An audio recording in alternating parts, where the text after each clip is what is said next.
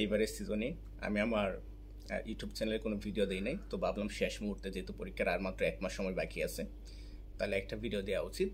এখানে আমি অত্যন্ত গুরুত্বপূর্ণ একটা টপিক নিয়ে কথা বলবো। সেটা কি জানো? সেটা হচ্ছে, তোমরা অনেকেই দেখবে যে এখন বিভিন্ন কোচিংয়ের মধ্যে শুরু হয়ে গেছে, কোনোটা paper final, subject final, model test নিতেছে। তো অনেকে এগুলোর সাথে তাল মেলাইতে গিয়ে, ধরো তোমার আগামীকাল একটা পেপারের পরীক্ষা আছে, সো তুমি এই পেপারটা পড়তেছো, জাস্ট একবার রিভিশন দিয়ে তুমি পরীক্ষা দিতে চলে যাইতেছো, এবং এটা পরবর্তীতে তোমার রিভিশন দেওয়া হয়ে উঠতেছে না, কারণ রুটিনটা এরকমভাবে সাজানো, একটার পরে একটা পেপার, সাবজেক্ট, এরকমভাবে মডেল টেস্ট চলে আসতেছে। তো দেখা যাবে তুমি যখন আবার এই প্রথম যে পেপারটা আজকে যেটা রিভিশন দিছো, এটা যখন তুমি আরেকবার রিভিশন দিতে যাবে, তো মাঝখানে দেখবা 12 থেকে 15 দিন সময় চলে যাবে। সো দেখা যাবে তুমি অনেক ইনফরমেশন ভুলে যাবা।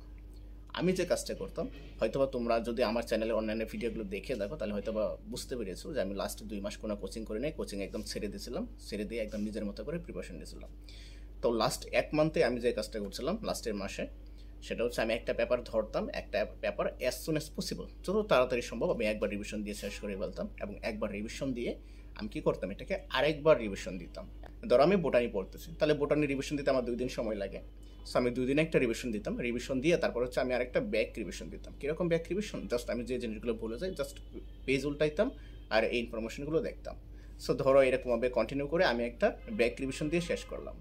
ওইটা করতে আমার কতক্ষণ লাগবে? ধরো 8 থেকে 10 ঘন্টা লাগবে। তারপর আমি আরেকটা রিভিশন দিতাম, মানে দেখা গেছে যে একটা পেপার আমি একটা না 2-3 বার করে রিভিশন দিতাম। এটার ফলে আমার বেনিফিটটা যেটা হইতো, তুমি দেখো এমনিতে দেখবা যে তুমি একবার একটা জিনিস পড়ে একদম ভিতরে চলে গেছে, তুমি যে নাম্বার পাবা, তুমি যদি 2টা রিভিশন দিতে পারো, হোক না সেকেন্ড রিভিশন খুব ফাস্ট দিছো, তুমি জাস্ট পেজ উল্টাবা আর হচ্ছে ইনফরমেশনগুলো দেখবা, দেখবা তোমার নাম্বার অনেক বেশি বেড়ে যাবে। তো এইখানে তোমরা হয়তো অনেক বড় একটা মিস্টেক করতেছো, যে তোমরা একবার পড়ে পড়ে পরীক্ষাগুলো দিতেছো, যার ফলে দেখা যাবে যে তোমার যে ইনফরমেশন যেগুলো আছে, এগুলো ব্রেনের মধ্যে বেশিক্ষণ থাকে না।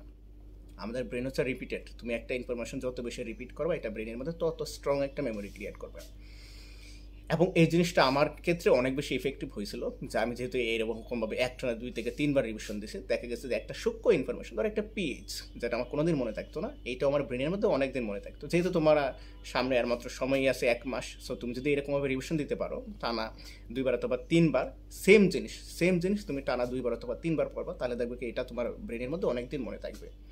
এখন তোমার এইটা ম্যান্ডেট, তুমি হয়তো বলতে পারো ভাইয়া যদি এরকম করতে চাই তাহলে হয়তো কোচিংয়ে পরীক্ষা দিতে পারবো না। দেখো, কোচিংয়ে পরীক্ষা দেওয়া না দেওয়াতে কোনো ফ্যাক্ট না। তুমি কোচিংয়ে পরীক্ষা দিয়ে 100তে 100 পাইতেছো, বাট তুমি মেডিকেল ভর্তি পরীক্ষায় চান্স পাইলো না, তাহলে সেটা তো কোনো আসলে বেনিফিট না। তোমার টার্গেট তো মেডিকেল ভর্তি পরীক্ষা, তোমার টার্গেট তো হচ্ছে কোচিংয়ের পরীক্ষা না, তাই না?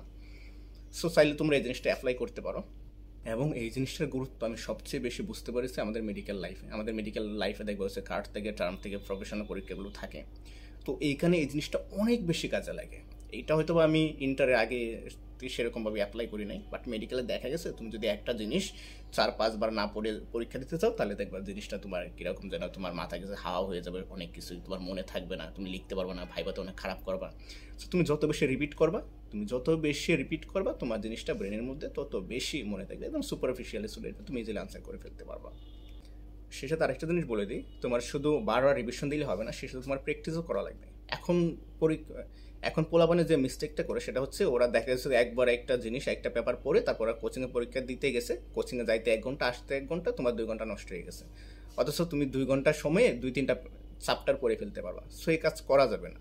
তোমার হাতে যদি যথেষ্ট ম্যাটেরিয়ালস থাকে, তাহলে তুমি একটা পেপার পড়বা, এরকমভাবে 2-3 বার রিভিশন দিয়ে তুমি একটা অথবা 2টা পেপার ফাইনাল দিলাম। পেপার ফাইনাল এখন তো অভাব নাই, তুমি অনলাইনে গেলে অনেক কিছু পেয়ে যাবা, তোমাদের হাতে হয়তো বা ম্যাটেরিয়ালসও থাকতে পারে, কোচিং থেকে দিয়ে দেয় বাসায় বসে প্র্যাকটিস করার জন্য, ওগুলো প্র্যাকটিস করলে হইলো। তোমার যে একদম কোচিংয়ে গিয়ে যে পরীক্ষা দেওয়া লাগবে এরকম কিছু না। অনেকে হয়তো বলতে পারে যে কোচিংয়ে গিয়ে পরীক্ষা দিলে আমার ভয় কাটবে না। এখন দেখো, তোমার ভয় কাটানোর জন্য কয়টা এক্সাম দেওয়া লাগে? তোমার ভয় কাটানোর জন্য আমার মনে হয় না তোমার 10টা এক্সাম দেওয়ার দরকার আছে, তুমি অলরেডি অনেক এক্সাম দিয়েছো। সো এইসব ভয়টা দিয়ে আসলে কিছু হবে না। হ্যাঁ, এইটিগুলো আসলে মনদের ভালো, বাট অ্যাকচুয়ালি তোমার যেটা এখন বেশি দরকার, সেটা হচ্ছে তুমি একই জিনিস পরপর কয়েকবার রিভিশন দিবা, এবং সেই সাথে প্র্যাকটিস যে করবা, এই প্র্যাকটিসের মধ্যে তোমার যাতে কম সময় লাগে।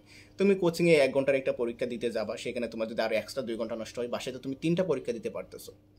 এখন তোমার হাতে যে সময়টা আছে, এটা হচ্ছে এরকম একটা তুমি কন্ডিশনে চলে আসছো, এখানে তোমার প্রত্যেকটা সেকেন্ড, প্রত্যেকটা মিনিট কাউন্ট করতে হবে, বুঝেছো? এইখানে আসলে মনদের ভালো বলতে কোনো শব্দ নাই।